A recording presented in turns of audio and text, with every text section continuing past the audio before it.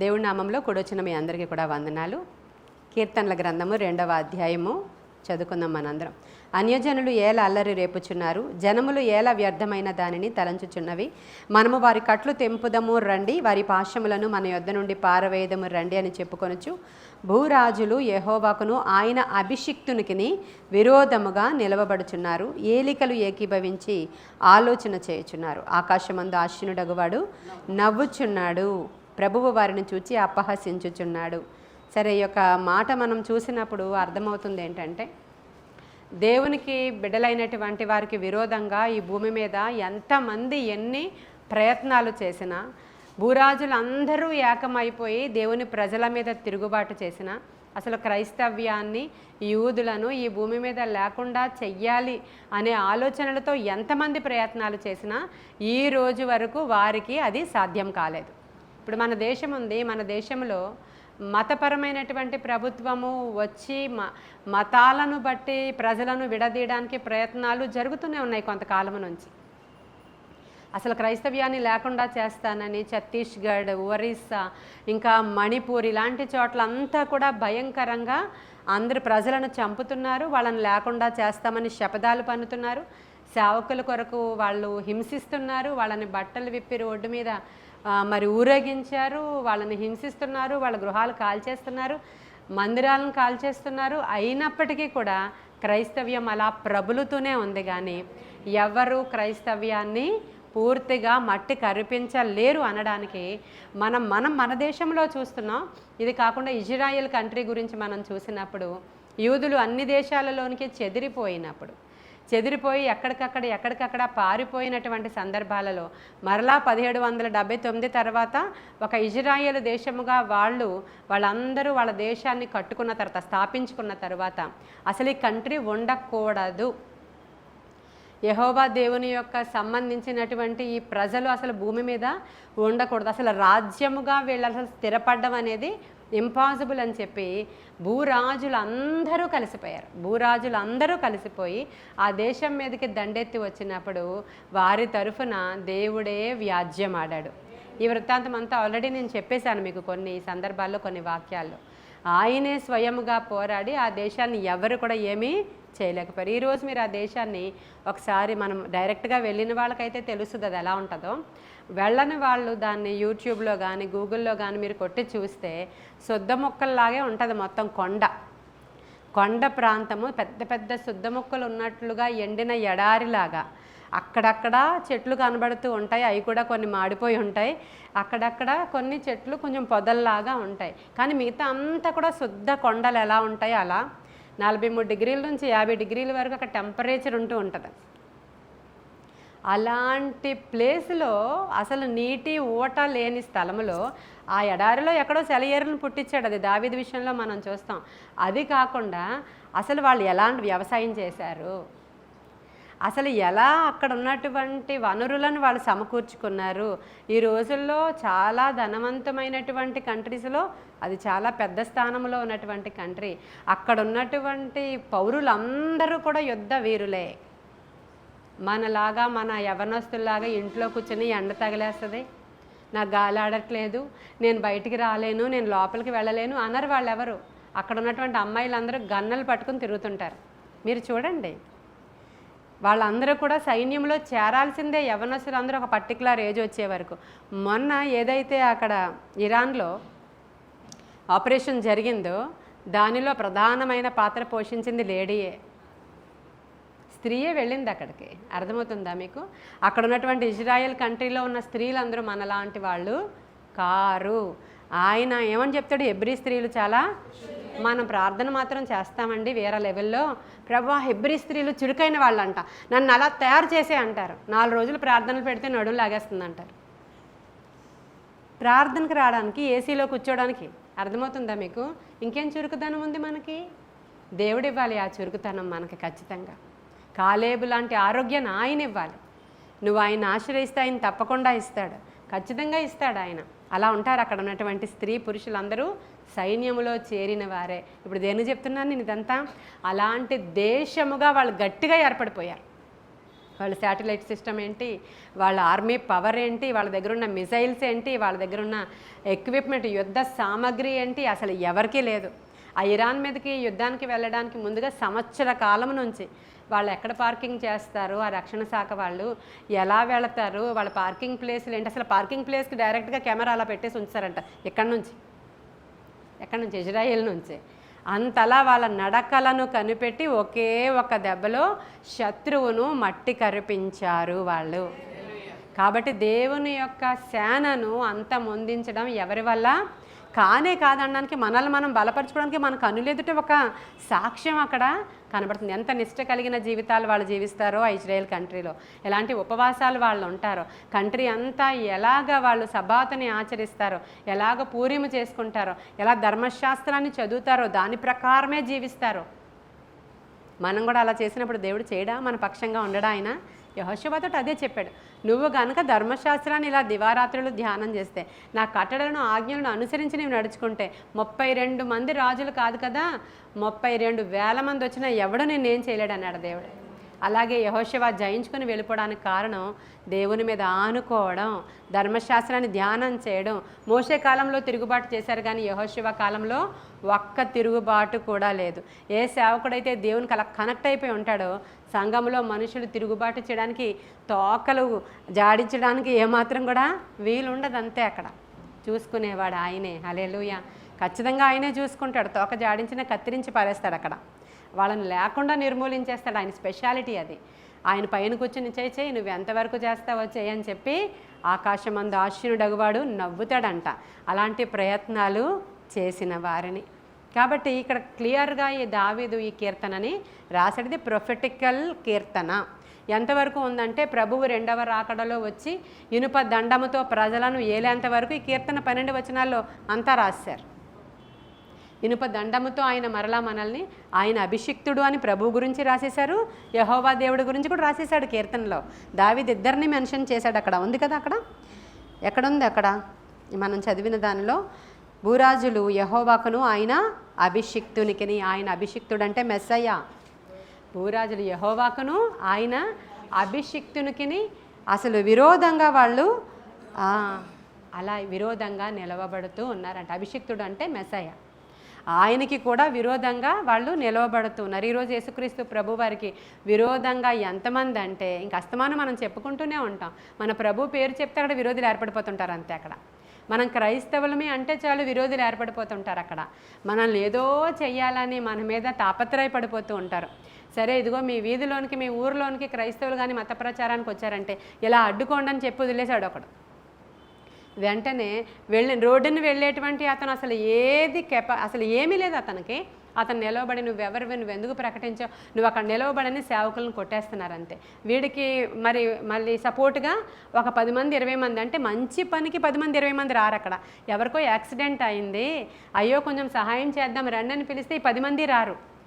మాకు టైం లేదని ఎవరి మటుకు వాళ్ళు 104కి ఫోన్ చేయండి అని వెళ్ళిపోతుంటారు అనమాట బండ్ల మీద. అంటే అసలు ఖాళీ లేదు వాళ్ళకి, నిమిషం కూడా ఖాళీ లేదు. మోదీ గారికైనా ఉంది కానీ వీళ్ళకి లేదంట. అందుకని అలా వెళ్ళిపోతూ ఉంటారు. అదే ఒక్కడిని తిట్టడానికి నిలవబడితే 10 మంది కూడిపోతూ ఉన్నారు. ఏమి లేదు, మన ఒక ఓల్డ్ మ్యాన్ TVS 50 మీద ఒక బోర లాంటిది ఇలా పెట్టుకొని ఏసన్న గారి పాటలు గట్టిగా పెట్టుకుని వెళుతున్నాడు ఆయన. ఏసన్న గారి పాటలు పెట్టుకుని మామూలు వెళ్ళిపోతున్నాడు ఆయన. ఆయన్ని ఆపి నువ్వు ఇది ఆపుతావా లేదా అని అక్కడ నిలవబెట్టారు. నిలవబెడితే అప్పుడు ఆయన అన్నాడు, నేను మీకు సువార్త ప్రకటించట్లేదయ్యా, నేను పాటలు పెట్టుకుని వెళుతున్నాను అంటాడు. అయినా సరే ఆపు అంటారు. నేను ఆపను అన్నాడు ఆయన. నేను ఎందుకు ఆపాలి, నేను నీకేం చెప్పట్లేదు, నువ్వు వినమని కూడా చెప్పట్లేదు. ఇది రోడ్, ఇది పబ్లిక్ అందరూ వెళ్ళేటువంటి రోడ్డు, నేను పబ్లిక్ రోడ్లో నేను నా పాటలు పెట్టుకుని వెళుతున్నా అని అతను అక్కడే ఆపినందుకే సువార్త వినాల్సి వచ్చిందాడు. ఆయన తగ్గలేదు, ఆయన పాట ఆపలేదు. నేను ఇలాగే పెట్టుకుని వెళ్తాను అన్నాడు. నువ్వు ఎక్కడైనా పెట్టుకో, మా ఊర్లో మాత్రం వెళ్ళేటప్పుడు ఈ పాటలు ఆపేయాలి అంటారు. ఎందుకని అంత భయం వాళ్ళకి? ఎందుకని? పాట పెట్టుకుని ఏ పాట అయినా ఎవరైనా పెట్టుకోవచ్చు, కానీ ఇక్కడ ఏకమైపోతున్నారు మనుషులందరూ వచ్చేసి పాట కూడా మాకు వినబడకూడదు. సరే అంటాడు ఆయన. ప్రభువు చూసి నవ్వుతూ ఉన్నాడంట వీళ్ళందరినీ చూసి. సరే, ఒక దినము నీకు వస్తుంది, అప్పుడు నేను అపహాస్యం చేస్తాను నిన్ను చూసని. ఈ సువార్త ఆగదు. క్రైస్తవ్యాన్ని ఎవరు ఏమి కూడా చేయజాలరు. నోరు మూసుకొని కూర్చుని సువార్త ప్రకటించకపోతే నీకు శ్రమ. ఎవరో ఏదో అంటారని సువార్త ప్రకటించడం మానేయడం అది దేవుని యొక్క పద్ధతి అనేది కాదు. హింస కలుగుతుంది. ఇలాంటి వాళ్ళు అనేక మంది లేస్తారు. మీలాంటి వాళ్ళని వేల మందిని చూసాం. పో అవతలకి అనేంతగా లోపల విశ్వాసము ధైర్యము మనకి ఉండాలి. మనము దేవుని యొక్క మాట మాట్లాడుతూనే వాళ్ళతో మనం దేవునికి మనం సాక్ష్యాలు చెప్తూనే ఉండాలి. మానడానికి ఎంత మాత్రం వీల్లేదు. అన్నిటికంటే ప్రాముఖ్యమైనది ప్రార్థన. ప్రార్థనలు జరిగే ప్లేస్నే అడ్డుకోవడానికి సాతానుడు ప్రయత్నం చేశాడు. ప్రకటించాలి, ప్రార్థించాలి. ప్రకటించే వారిని దేవుడు రేపి నడిపించి తీసుకుని వెళుతున్నారు. మనం ప్రార్థన చేయడంలో వాళ్ళు మమ్మల్ని ఆపేశారు, వీళ్ళ మమ్మల్ని ఆపేశారు, మా రోగం మమ్మల్ని ఆపేసింది, మా కాళ్ళు పైకి ఎక్కలేకపోతున్నాము, ఆగిపోయాము, ఇదివరకు వచ్చే వాళ్ళం కానీ ఇప్పుడే బిడ్డ పుట్టాడండి, మరి 3 నెలల వరకు రాలేం కదా, 6 నెలల వరకు రాలేం కదా అంటే పుట్టిన బిడ్డ అంతఃపురంలో ఉన్న పెండ్లి కుమార్తె కూడా వచ్చి ఉపవాస ప్రార్థనలో పార్టిసిపేట్ చేయాల్సిందే అన్నాడు బైబిల్లో. కాబట్టి ఏ వంక చెప్పడానికి వీల్లేదు. అసలు ఆగదు దేవుని యొక్క ప్రయాణం. మూర్ఖులు, విశ్వాసం లేని వాళ్ళు, జస్ట్ దేవుని కార్యాల కోసమే మందిరానికి వచ్చే వాళ్ళు ఆగిపోతారు. వాళ్ళ దేవుని కౌంట్లో లేరు, వాళ్ళు దేవుని లిస్టులో ఉండరు. దేవుని లిస్టులో ఉన్న వాళ్ళందరూ ఇప్పుడే చెప్పాను. ఇజ్రాయేలీలు సైనికులు ఫిజికల్గా కనబడుతుంటే మనము స్పిరిచువల్గా కనబడాలి. గన్స్ పట్టుకుని మనం స్పిరిచువల్గా కనబడాలి. మనం అందరం ఆయన కళ్ళకి అలాగే కనబడతాం. వీళ్ళు ఎవరయ్యా అంటే విశ్వాస వీరులు. చూడు, హెల్మెట్ పెట్టుకుని వస్తున్నారు, అదిగో మెట్లు ఎక్కుతున్నారని చూపిస్తారు దాతలు. అదిగో మెట్లు ఎక్కుతున్నారు. శిరస్త్రాణం కనబడట్లేదా? సిద్ధ మనస్సు అనే జోడు కనబడట్లేదా? డాలు కనబడట్లేదా? మరి అంటే ఇక్కడ ఏమంటారు, సర్వాంగ కవచం కనబడట్లేదా? వాళ్ళు విశ్వాస వీరులు. వాళ్ళు ఎలాగైతే ఆ యొక్క ఇజ్రాయెల్ కంట్రీలో గన్స్ పట్టుకున్న స్త్రీలకి అసలు వాళ్ళని చూస్తుంటే ఎంత ముచ్చటేసేస్తుందో నాకు.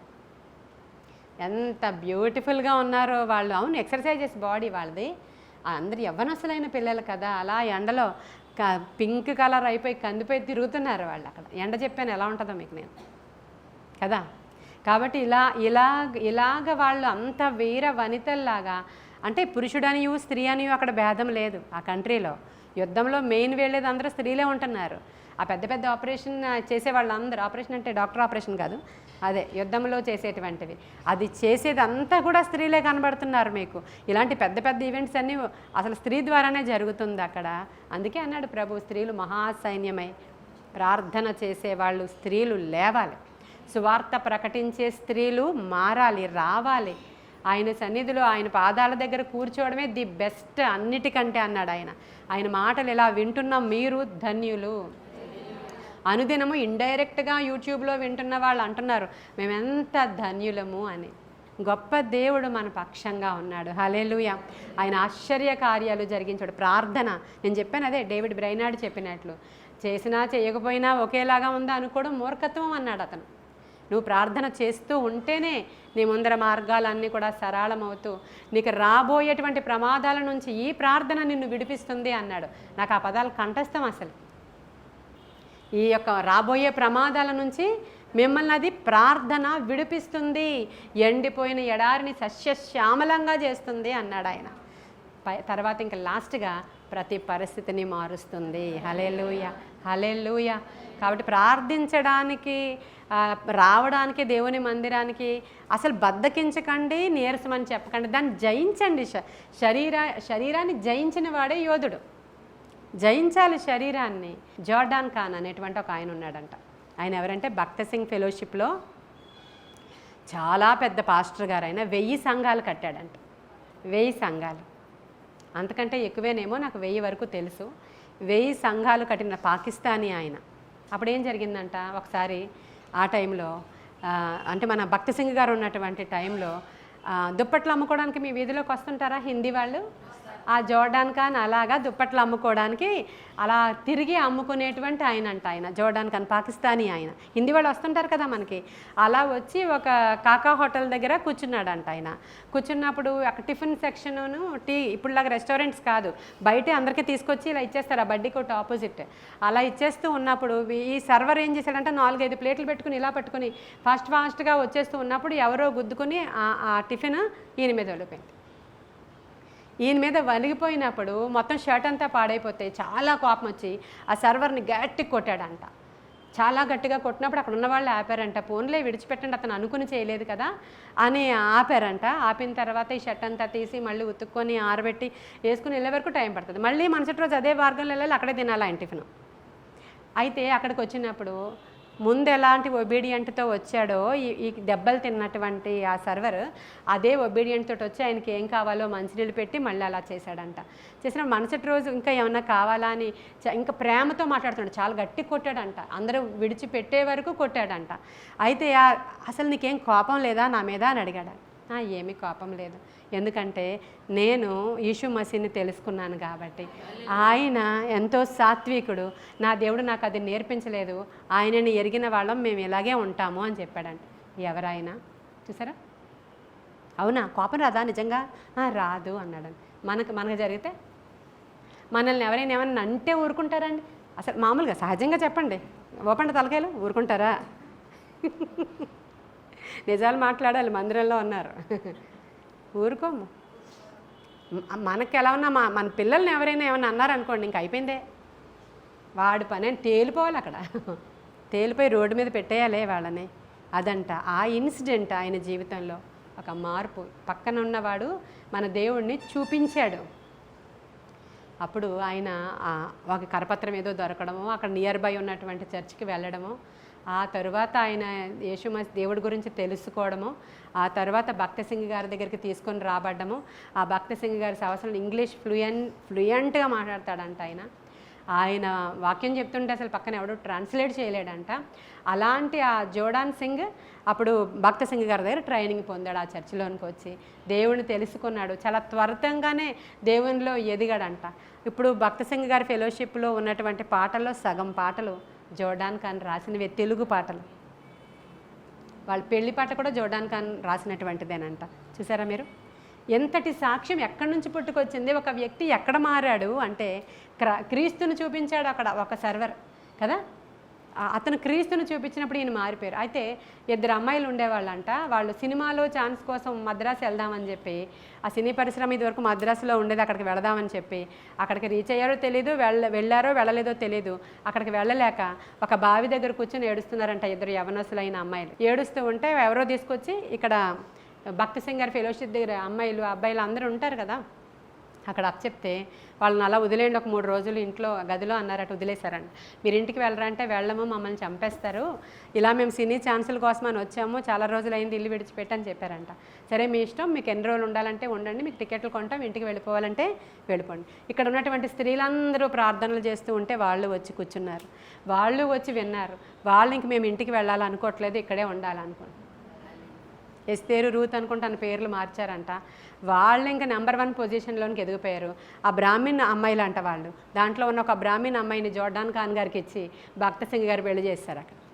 అంటే ఆల్ ఆఫ్ ఎ సడన్ ఒక్క రోజులో జరిగింది కాదు, సంవత్సరాలు దొర్లుతూ ఉంటే వాళ్ళకి వీళ్ళిద్దరూ కలిసి అన్ని సంఘాలు కట్టారంట అండి. ఇద్దరు కలిసి అన్ని సంఘాలు కట్టారంట. జోర్డాన్ ఖాన్ గారు ప్రతిరోజు తెల్లవారుజామున 4 గంటలకు లెగుస్తాడంట, 10 గంటలు ప్రార్థన చేస్తాడంట. అసలు ఇంకేం జరుగుతుందో ఆయనకి తెలియదంట, ఆరాధిస్తాడంట. ఆయన 4 గంటల నుంచి 8, 9 పొద్దున్న అయిపోతున్నా ఆరాధన సాగుతూనే ఉంటుందంట. ఆ తర్వాత ఆయన వినికిడిలో, ఆయనకు అనుసరణలలో, ఆయనకి తెలిసిన వాళ్ళలో ఎంతమంది ఆయనకి తెలుసో అందరూ కంప్లీట్ అయ్యే వరకు ఆయన ప్రార్థిస్తూనే ఉంటాడంట. కొత్త అంశాలతో మాట్లాడుతూ ఉంటాడంట. అందుకని అమెరికన్ వచ్చి అసలు జోర్డాన్ ఖాన్ 10 అవర్స్ ప్రార్థన చేస్తాడంట, 8 అవర్స్ ప్రార్థన చేస్తాడంట. అసలు ఏం చేస్తాడో మీకు తెలుసా అంటే, ఏమోనండి బాబు, ఆయనతో రూమ్మేట్స్గా ఉన్న వాళ్ళకి పిచ్చెక్కిపోద్ది అనమాట, పని చేయదు మతి పని చేయదు వాళ్ళకి. అందుకని తెలియదు అంటే అమెరికన్ ఆ రోజుల్లో టేప్ రికార్డర్ పట్టుకొని వచ్చాడంట. టేప్ రికార్డర్ ఎందుకని ఆ రోజు క్యాసెట్స్ ఉంటాయి, అది 60 నిమిషాలు 90 నిమిషాలే ఉంటుంది. ఈయన ఇన్ని గంటలు ప్రార్థన చేస్తుంటే ఎన్ని క్యాసెట్లు కావాలి? అక్కడ క్యాసెట్లు పెడుతూనే ఉన్నాడంట. ప్రార్థన ఆగదంట. ఆయన కెపాసిటీ అండి అది. ప్రార్థన గురించి నేను మాట్లాడుతున్నాను. ఆయన అంటాడు, వాక్యం చెప్పడానికైనా సమయం లేకపోయినా పర్లేదు, కానీ ప్రార్థనకి సమయం లేకపోతే అవ్వదు అంటాడంట ఆయన. వాక్యం చెప్పే తీరికలో మాకు అంతంత ప్రార్థన ఇదివరకు చేసేవాళ్ళం, కానీ ఇప్పుడు చేయడానికి అవ్వట్లేదు అనేవాళ్ళు నిజ సేవకులు కాదంటాడు ఆయన. భక్త సింగ్ గారు రోజంతట్లో 24 సార్లు షల్ వి ప్రే అంటాడంట ఆయన. అంటే ప్రార్థన చేసుకుందామా, ఈ పదాన్ని 24, 25 సార్లు అంటేనే కానీ వాళ్ళ ప్రార్థన ఆగదంట. అన్నిసార్లు అంటే ఇలా నుంచుంటే ప్రార్థన, కూర్చుంటే ప్రార్థన, నిలవబడితే ప్రార్థన. చెప్పాను మీకు ఒకసారి, రైల్వే స్టేషన్లో షల్ వి ప్రే అన్నాడు, అందరూ కలిసి ప్రేయర్ చేసుకుంటున్నారు. చేసుకుంటుంటే ఆ ట్రైన్ టైం అయిపోయింది, అక్కడ నుంచి గార్డు విజిల్స్ వేస్తున్నాడు, జెండాలు ఊపేశారు. అందరూ సార్ సార్ సార్ ట్రైన్ వెళ్ళిపోతుందని అనడానికి దీనంటే భయం. ఆ ప్లాట్ఫామ్ అంతా మోకరించేసి ఉన్నారు. ఈ ట్రైన్ వెళ్ళిపోద్దని అందరూ ఎక్కేసి భయపడిపోతున్నారు, కానీ ట్రైన్ వెళ్ళలేదు. ఎందుకంటే అక్కడ అద్భుతం ఏమీ కాదు, కో పైలట్ ఇక్కడే కూర్చొని ఉన్నాడు. భక్తి సింగ్ గారిని పలకరించడానికి వచ్చాడు, చూద్దామని వచ్చాడు, షల్ వి ప్రే అనగానే నుంచుండిపోయాడు, మోకరించాడు. అది అద్భుతం కాదు, ఆయన ఇక్కడ ఉన్నాడట. అది అయిపోయిన తర్వాత అప్పుడు ఎక్కి వెళ్ళారు అందరూ. ప్రార్థన అన్నిటికంటే చాలా ప్రాముఖ్యమండి. వాళ్ళు అది చేస్తున్నప్పుడే, యేసు నామాన్ని ఉపయోగిస్తున్నప్పుడే వాళ్ళందరూ ఏకమైపోయి వచ్చేసారంట. రేపొద్దున గడ్డు దినాలలో మతపరమైనటువంటి రాజ్యముగా ఒకవేళ కానీ ఇది మార్చబడిపోయి రకరకాలు ఎన్నొచ్చినా సరే ప్రార్థన అనేది మనము అసలు ఆపొద్దు అంటున్నాడు దేవుడు. పాడడం ఆపకండి, ప్రార్థన ఆపకండి, సువార్త ప్రకటించడం ఆపకండి. అలాంటి ఏమంటారు, డప్పులు కొట్టే వాళ్ళకి ఏమీ భయపడాల్సిన అవసరత, అంటే మనల్ని థ్రెట్ చేసే వాళ్ళకి అంటున్నా, డబ్బా కొట్టే వాళ్ళకి ఏమీ కూడా భయపడాల్సిన అవసరం లేదు. ఎందుకంటే మన పక్షముగా ఉన్నవాడు ఈ లోకంలో ఉన్నవానికంటే చాలా గొప్పవాడు. యూదులు అలాగే చెదిరి వెళ్ళిపోయారు అన్ని చోట్లకి. ఇది చెప్పి ముగిస్తాం. అన్ని చోట్లకి చెదిరి వెళ్ళిపోయిన తర్వాత అప్పుడు యెషయా గ్రంథంలో 44వ అధ్యాయంలో యెషయా ప్రవచిస్తున్నాడు, మంద కాపరి నిన్ను దేవుడు ఏర్పాటు చేసుకున్నాడయ్యా, నువ్వు మందిరాన్ని కట్టిస్తావయ్యా, నీ పేరు కోరేషు అని చెప్తున్నాడు. కోరేషు గురించి దేవుడు 100 సంవత్సరాల క్రితమే ప్రాఫెసీ చెప్పేశాడు. కోరేష్ ఎవరయ్యా అంటే ఇప్పుడున్న ఇరాన్కి రాజుగారు, ఒకప్పటి రాజుగారు. ఆయన 1938 సంవత్సరం వరకు కూడా ఆయన అక్కడ రాజుగా, అక్కడ పారసీక రాజులు ఉన్నారు కదా, ఆ రాజుల్లో మొదటి రాజు ఈయన కోరేష్ గారు. కోరేష్ గారి గురించి యెషయా 44లో ప్రాఫెసీ చెప్పాడు దేవుడు. చూడండి, ఎవరో పారసీక రాజు, దేవుడు పారసీక రాజుని అక్కడ వాడుకుని ఆ రాజు ఏం చెప్పాడంటే, ఎవరైతే యెహోవా దేవుని యొక్క భక్తులు ఉన్నారో ఆ ఆకాశమందలి దేవుడు నాతో మాట్లాడి తన ప్రజల్ని వాళ్ళ సొంత ప్రదేశానికి వెళ్ళిపోమన్నాడు. అంత మాత్రమే కాదు, ఆయనకి వెళ్ళి మందిరం కట్టించండి. రాజులు మాట్లాడతారు అలా, రాజులు ఎవరైనా అలా వీళ్ళు అసలు వ్యతిరేకించాల్సిన రాజులు వెళ్ళి మీ దేవుడికి మందిరం కట్టించండి అంటే మొదలుపెట్టారు. జెరుబ్బాబేలు నాయకత్వంలో మొదలుపెట్టారు, కట్టించారు. కానీ ఆగిపోయినప్పుడు 14-15 సంవత్సరాలు ఆగిపోయింది. ఈ కోరేష్ రాజుగారు అయిపోయింది, ఆయన టైము అయిపోయింది. తర్వాత ఇంకో రాజు వచ్చాడు, ఆయన పేరు దర్యావేషు. దర్యావేషు వచ్చినప్పుడు దర్యావేషుకి వీళ్ళు కంప్లైంట్ పెట్టుకుంటారు, మరి మేము అక్కడి నుంచే వచ్చాము, మాకు రాజుగారే ఇచ్చారు, మధ్యలో ఇలా మా మీద కుట్రలు జరిగాయి, ఆగిపోయింది అని అడగగానే దర్యావేషు రాజుగారు ఏం చేశారో తెలుసా, ఫండ్ పంపిస్తారండి. హల్లెలూయా. ఆ ఫండింగ్ పంపిస్తాడు దేవుడు మందిరం కట్టడానికి. ఆ పారసీక రాజునే వాడుకున్నాడు. ఈరోజు ఆ కంట్రీకి యుద్ధం జరగడం గురించి కొంచెం తెలుసుకోవాలని చెప్తున్నాను మీకు. డబ్బులు పంపిస్తాడు ఈ దర్యావేషు, పంపించి కట్టుకోండి ఈ మందిరాన్ని అంటాడు ఆయన. మందిరం కట్టబడిపోయింది. ఆ తరువాత అహశ్వరోష్ వస్తాడు. ఆయన ఎవరో చెప్పండి. హల్లెలూయా. ఎస్తేరు వాళ్ళ రాజుగారు కదా, అలాగే అనాలి కదా, మరి వాళ్ళ హస్బెండ్ అనకూడదు, ఎస్తేరు వాళ్ళ రాజుగారు. ఎస్తేరు వాళ్ళ రాజుగారు వచ్చారు అక్కడ, ఆయన పేరు అహశ్వరోష్. ఆయన వచ్చినప్పుడు మరలా అన్యజనులు కూడి అల్లరి చేసిరే, పాశ్యములు ఏర్పాటు చేశారు. వీళ్ళ కట్లు త్రెంచుదాం రండి అని చెప్పి యూదులందరినీ ఉరికొయ్య మీదకి ఎక్కించడానికి ఏర్పాట్లు చేశారు కదా. యూదులందరినీ చంపాల, భూమి మీద అసలు ఈ జాతుడు ఉండడానికే ఆ దేవుడు ప్రజలు ఉండడానికి వీల్లేదని కట్టి వాళ్ళు పాశ్యములు పన్ని వచ్చారు. హామాను ద్వారా వచ్చారు కదా. అప్పుడు ఆకాశమందు ఆశీనుడైన వాడు నవ్వుచున్నాడు. హల్లెలూయా. అప్పుడే కాదు, ఇప్పుడే కాదు, ఎప్పుడే కాదు, ఎప్పటికీ దేవుడు అలాగే ఉన్నవాడు అనువాడు. హల్లెలూయా. ఆయన పేరే ఉన్నవాడు అనువాడను దేవుడు. ఆకాశము గతించినా భూమి గతించినా ఆయన మాటలు మారవు. నీ ఇంట్లో ఏం జరిగిపోయినా జరగకపోయినా నువ్వు వెనక్కి వెళ్ళిపోతే పిరికి పందవు. నువ్వు శ్రమ దినమన నువ్వు కృంగిన ఎడల నువ్వు చేత కాని వాడవు. ఈ లోకంలో జరిగే విషయాలకు కాదు దేవుడి దగ్గరికి వచ్చి అని ఏడవడం. ఇది జరిగినా జరగకపోయినా ఆయనే మా దేవుడు.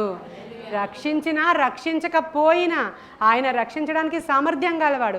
ఒకవేళ అగ్నిగుండంలో మమ్మల్ని వేయాల్సి వస్తే మా ప్రభువు రక్షించకపోతే అయినా పర్వాలేదు, మమ్మల్ని విసిరేయండి అన్నారు వాళ్ళు. షడ్రకు మేషకు అబేద్నెగోలు. మనము మన బిడ్డలు అలా ఉండాలి. ఈరోజు తయారవ్వాలి కదా, అలాంటి జనరేషన్ తయారవ్వాలి కదా. అలా లేకపోతే దేవుడి కోసం ప్రతి జనరేషన్లో ఒక జనాంగం ఉంది. ఆ జనాంగం ఎవరో వారి క్రియల ద్వారా దేవుడు తెలుసుకుంటాడు, వారిని ఏర్పాటు చేస్తాడు. హల్లెలూయా. వారిని ఇంకా ఆయన కనుసన్నలలో పెట్టుకుంటాడు. నీవు నా సొత్తు అంటాడు, నీవు నా ప్రజ అంటాడు. మన చుట్టూ ఆయన ప్రాకారముగా ఉంటాడు, అగ్ని ప్రాకారముగా ఉంటాడు. ఆ దర్యావేషు అహశ్వరోషు తర్వాత ఎవరు వచ్చారు? మళ్ళీ అర్థహశస్త వచ్చాడు. ఎవరు? అందరూ షాలే కదా. కోరేషు, తర్వాత దర్యావేషు, అహశ్వరోషు, అర్థహశస్త వచ్చాడు. ఆయన ఏ టైంలో వచ్చాడంటే నెహమ్యా. అర్థహశస్త రాజు ఎప్పుడున్నాడు మీకు? మన వాళ్ళు అక్కడ హీరోలుగా ఉన్నప్పుడే ఈ రాజుల పేర్లు అక్కడ హైలైట్ అవుతాయి అంతే. ఈ రాజు పేరు చెప్పామంటే మనకు అక్కడ హీరో ఉన్నాడని అర్థం. లేకపోతే ఆయన కనుక అక్కడ లేకపోతే ఈ రాజు పేరు మనకెందుకు రాస్తారు బైబిల్ గ్రంథంలో? అక్కడ ఉన్నప్పుడు షడ్రక మేషక్ అబేద్నెగోలు ఉంటారు. తర్వాత దానియేలు వస్తాడు. జీవము గల దేవుని యొక్క సేవకుడైన దానియేలు అని అడుగుతాడు ఆయన దర్యావేషు. కాబట్టి ఈయన పేరు రాశారు అక్కడ. తర్వాత ఇంకొక ఆయన పేరు అహశ్వరోషు, మన ఎస్తేర్ గారు ఉన్నారు కాబట్టి. ఇప్పుడు కిందన ఈ నెహమ్యా గారు ఉన్నారు కాబట్టి ఈ రాజు పేరు రాశారు అక్కడ. పెద్దవాళ్ళ గొప్పతనం ఏం కాదు అక్కడ. తర్వాత నెహమ్యా వస్తాడు, మందిరాన్ని మరలా కట్టిస్తాడు. ఆ తర్వాత ఇంక ఇప్పుడు వచ్చాను నేను 1935 వరకు వచ్చాము. ఆ తర్వాత ఇప్పుడు వీళ్ళందరూ ఇటు వచ్చేసారు. అక్కడి నుంచి అప్పటి వరకు రాజులు ఉన్నారు అందరూ. ఆ రాజులు అయిపోయారు అక్కడికి. రాజ్యాలను కూలగొట్టి ఈ లౌకిక రాజ్యం తెస్తామని చెప్పి ఆ ముస్లిం వాళ్ళు ఏం చేశారంటే స్వతంత్రించుకొని బలవంతంగా రాజులను దించేసి మతపరమైనటువంటి దాన్ని వాళ్ళ మీదకి రుద్ది క్రైస్తవులందరినీ ఓచకోత కోసారు ఆ రోజు అక్కడ. ఇక్కడ ఉన్న క్రైస్తవులు ఎక్కడ వాళ్ళు, ఒక అబ్బాయి ఇన్ఫర్మేషన్ ఇచ్చాడు, ఎక్కడ వాళ్ళు ఇక్కడ ఉన్న క్రైస్తవులు అని అంటే ఆ రోజు మేడగదిలోని అగ్ని దిగి వచ్చినప్పుడు అక్కడికి ఏలామీయులు, మెసొపొతేమియన్లు, లేకపోతే వీళ్ళు అందరూ చెదిరిన యూదులందరూ ఆయా జాతులకు చెందిన వాళ్ళు అక్కడికి వచ్చారు కదా. వాళ్ళల్లో ఏలామీయులు ఉన్నారు కదా, వాళ్ళే వీళ్ళు పారసీకులు. వాళ్ళు ఇక్కడి నుంచి వెళ్ళి అక్కడ మారు మనసు పొంది పేతురు గారి ద్వారా బాప్తిస్మం తీసుకొని ఆ తర్వాత వాళ్ళ కంట్రీకి వెళ్ళిపోయి అక్కడ సంఘం పెట్టుకుని అక్కడ ఎస్టాబ్లిష్ అయ్యి ఈరోజు చాలామంది క్రైస్తవులు అక్కడ ఉన్నారంట. ఎంత గొప్ప విషయాలు కదా. గొప్ప విషయాలేనా? దేవుడు చరిత్రకు ఆధారమైన వాడు ఆయన ఎక్కడెక్కడో కల్పిత కథలలో ఆయన గురించి రాసుకుని అక్కడ ఉండేవాడంట. ఆ ఊరోసారి వెళ్దాం రండి కాదు, అడుగడుగునా ఆయనే కనబడతాడు అక్కడ. అడుగడుగునా ఎవిడెన్సులు కనబడతాయి అక్కడ. కాబట్టి ఇలాగా మన దేవుడు ఎంత గొప్పవాడు. ఇప్పుడు 2వ కీర్తన అప్లై చేసుకోండి, చదువుకోండి ఇంటికి వెళ్ళిన తర్వాత ఆయన ఇనుప దండముతో ఏలడానికి రాబోతూ ఉన్నాడు. ముందొచ్చిన గొర్రెపిల్ల కాదు, ఈ పిక్చర్ వేరే. అప్పుడు వచ్చిన గొర్రె పిల్లనే మనం తట్టుకోలేకపోయాం. ఆయనకు ఒక్కసారి కోపం వచ్చింది. అప్పుడు అక్కడ ఉన్న వాళ్ళందరూ ఎదురైపోయి నిలబడి, ఏంటి నువ్వు ఒక్కడ కొడుతున్నావు రా చూద్దాం అన్నారా? అన్నారు. కొరడాలతో ఏం చేశాడు ఆయన? మందిరంలో ఉన్న వాళ్ళందరినీ అప్పుడే ఎదుర్కోలేకపోయారు. ఇప్పుడు రాజదండముతో వస్తాడు ఆయన. రాయబడిపోయి ఉంది అక్కడ. ఆయన అభిషిక్తుడు మరలా వచ్చినప్పుడు ఎవ్వడు నిలబడజాలడు. ఆయన రాజ్యము అక్కడ వస్తుంది. భూరాజులందరూ కూడా లయమైపోతారు. ఆయన రాజ్యము శాశ్వత. కన్నులు ఎదుట ఇవన్నీ కనబడుతున్నా. అసలు నువ్వు ఉన్నావా ప్రభా? ఉంటే ఒకసారి కనబడు. కావాలంటే ఉంటే ఇది ఇచ్చి చూడు మా అమ్మాయికి, ఇది ఇచ్చావంటే నేను నమ్మేస్తాను. ఒక్కొక్కసారి డౌట్ వస్తుంది అసలు ఉన్నావో లేదోనని. మన గురించే మాట్లాడుతున్నాను నేను. అదంట మన సంగతులు అవండి. ఇంకా అలాగే ఉంటే విశ్వాసము లేకుండా ఎవ్వడు కూడా దేవునికి ఇష్టడు కాడు.